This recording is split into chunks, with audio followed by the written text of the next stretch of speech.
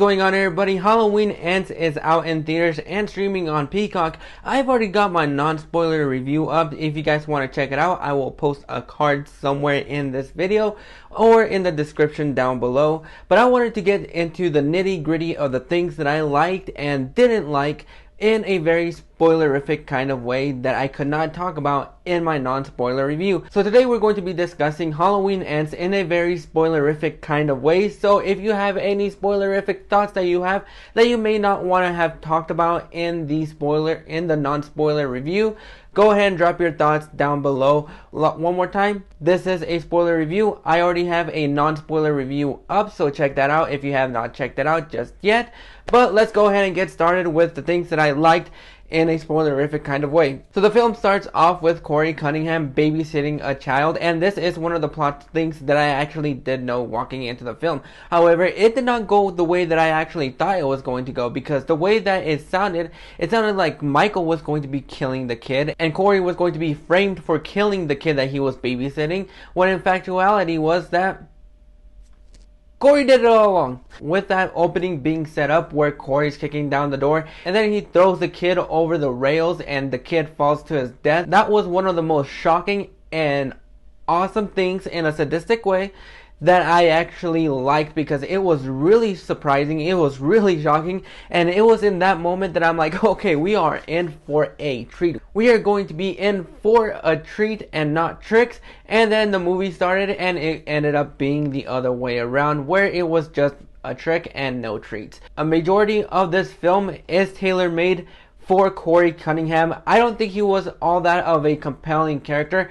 You can sympathize with him to a certain degree because the things that happened in the beginning weren't really all his fault. It was just a little kid being a little shit. Everything that happens between him and Michael and Laurie's daughter Allison was really not all that consequential to the entire film, because in the long run, once you get through the entire film, it feels like Michael is an afterthought, and every single thing that happens in this film would have happened with or without Michael, because you have the town bullying Corey for the things that happened while he was babysitting. A lot of people see him as this child murderer, and not a lot of people know the whole story. And you have Laurie visiting Lindsay at the bar that she now works at, now that she's moved on from everything that happened in Halloween Ends and Halloween Kills. You see the dad in the beginning talking to Laurie about how even though he gave Corey a hard time, he saw that he was this kid that was really smart, he was really friendly and really helpful, and he liked the fact that he was babysitting his kid.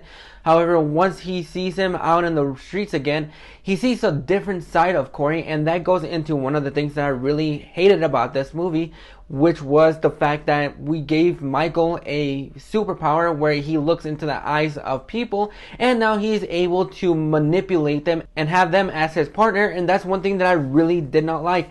I appreciate the fact that they tried to go for a different turn.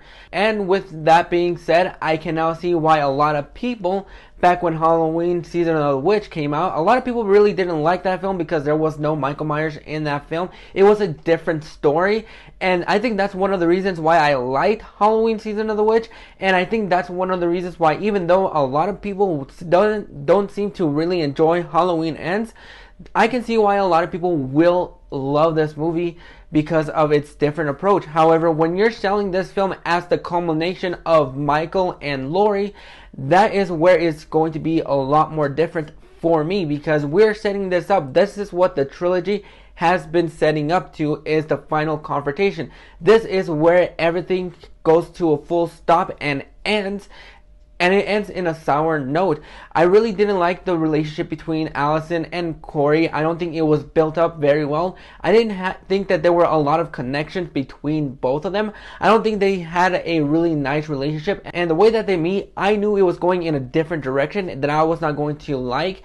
And even though I do appreciate for what they were doing and trying to go in a different direction, I think you could have had a different kind of film where, even though this film is marketed as the end of the Halloween franchise, we all know there's going to be a lot more coming out either in the next 5 to 10 years. I think you would have had the same beats that you had in the 2018 Halloween film. However, I would have swapped out for the boyfriend in that film for Corey Cunningham in that film, because it would have made everything that happens in this film, it would have been a little bit more intriguing to see that. Because I think for the most part, I don't think Roland Campbell did a really bad job of portraying Corey. I think there were some bright spots that he did, and I think he portrayed it very well. The performances in this film from everybody, no matter how small or big they are, they were actually pretty well, and I think they handled their own very well. It's just the decisions that they made with everybody in this film that I really didn't like. And you don't have a lot of Michael in this film. He's just relegated to being in the sewers,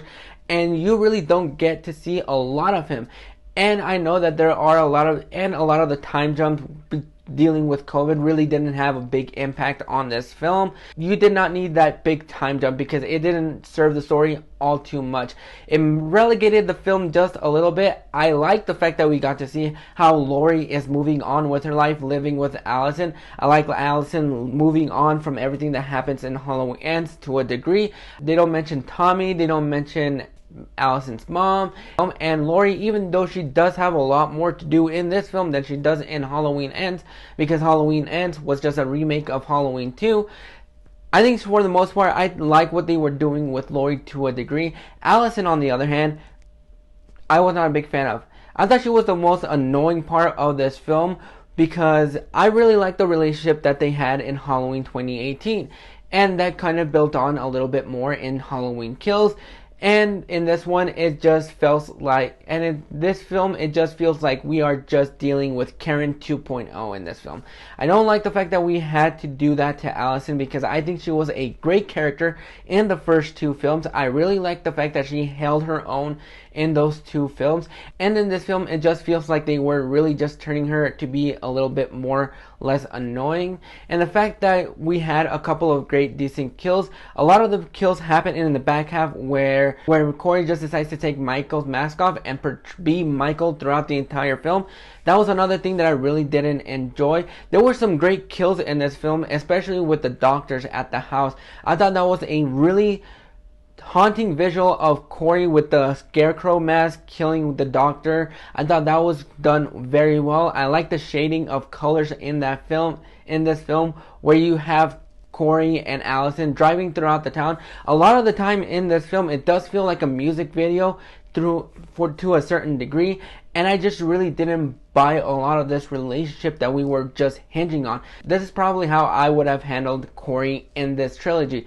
Like I said before, replace the boyfriend that we had in Halloween 2018 with Corey, and we could have followed him and Allison throughout the trilogy. And then at the end, when they kill Michael, and you see that Laurie still has Michael's mask there, Corey would have picked it up, hinting us that he could have been the next Michael Myers, and that would have been very well done. I really like the last final fight. However, this film kind of feels like the 2006 When a Stranger Calls, where they just remade the last 20 minutes of that film, and in this film it just feels like they just shoved the final confrontation for Michael and Laurie towards the last half of the film. Even though it was a pretty nice fight, it was hard for me to get even a little bit riled up, because I had already lost my interest throughout the entire film because of Corey. I was not a big fan of that character, and I don't think that we should have focused a lot on this.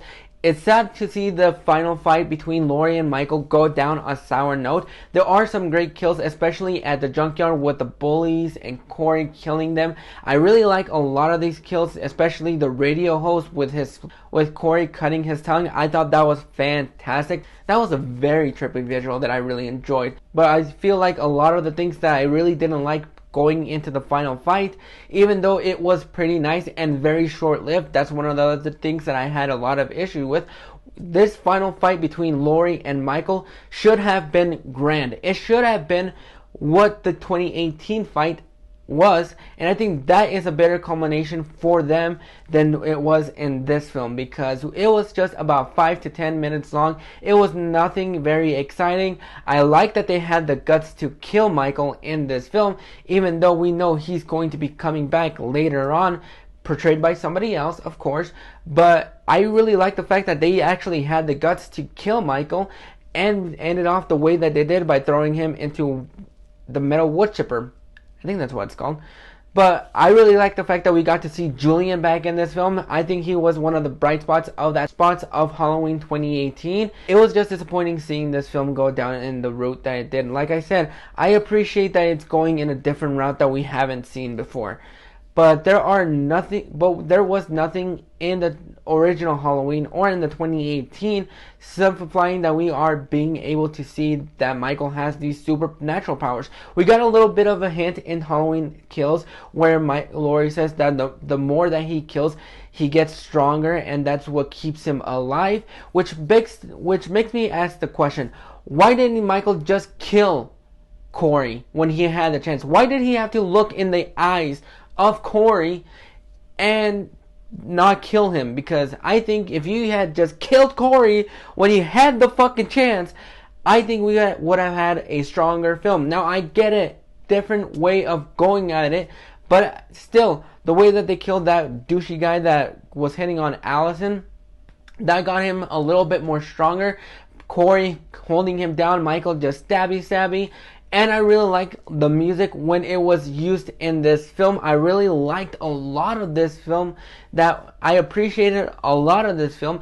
I was just not a fan of the turn that they took. There were a lot of things that you could have done a little bit better by setting Corey up in the 2018 Halloween film, and then just having him play a major role throughout the trilogy, setting him up to be the next Michael Myers. But in the end, it just left me on a sour note, and by the time the film ended and the credits started rolling, I just got my ass out of the theaters and left. I didn't even stay to hear Don't Fear the Reaper.